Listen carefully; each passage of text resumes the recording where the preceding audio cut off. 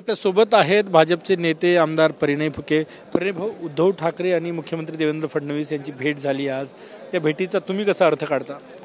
नाही ही कडसी विजिट होती त्यांची सहज भेटी करता आणि शुभेच्छा देण्याकरता. फडणवीस साहेब मुख्यमंत्री झाले म्हणून त्यांना शुभेच्छा देण्याकरता ते आले होते आणि या प्रकारचं एक औचित्य नेहमी होत असतं.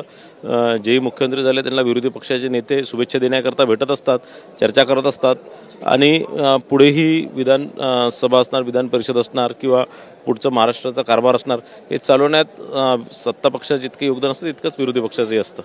त्यांच्या फोटोमध्ये त्यांच्या चेहऱ्यावरचं हास्य जे आहे त्याचा बराच अर्थ निघतो राजकीय भाषेत जर काढायचं झालं तर.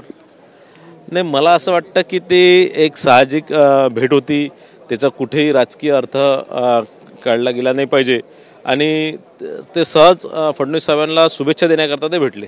विधानसभा अध्यक्षांनाही भेटले उद्धवजी.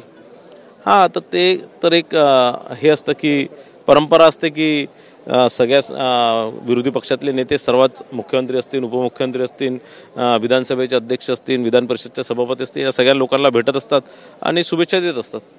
राजकारणात काहीही शक्य आहे असं म्हटलं जातं, त्याचा आणि आजच्या भेटीचा काही हे साधर्म्य नाही ना?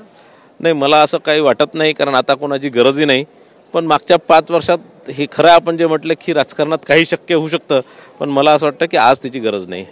धन्यवाद. कॅमेरामॅन सचिन साहेबांसह गजानन माटे, TV9 मराठी, नागपूर.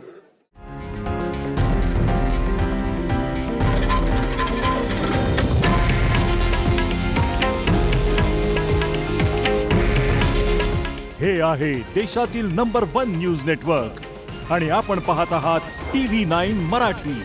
काळजी तुमची, हित महाराष्ट्राचं.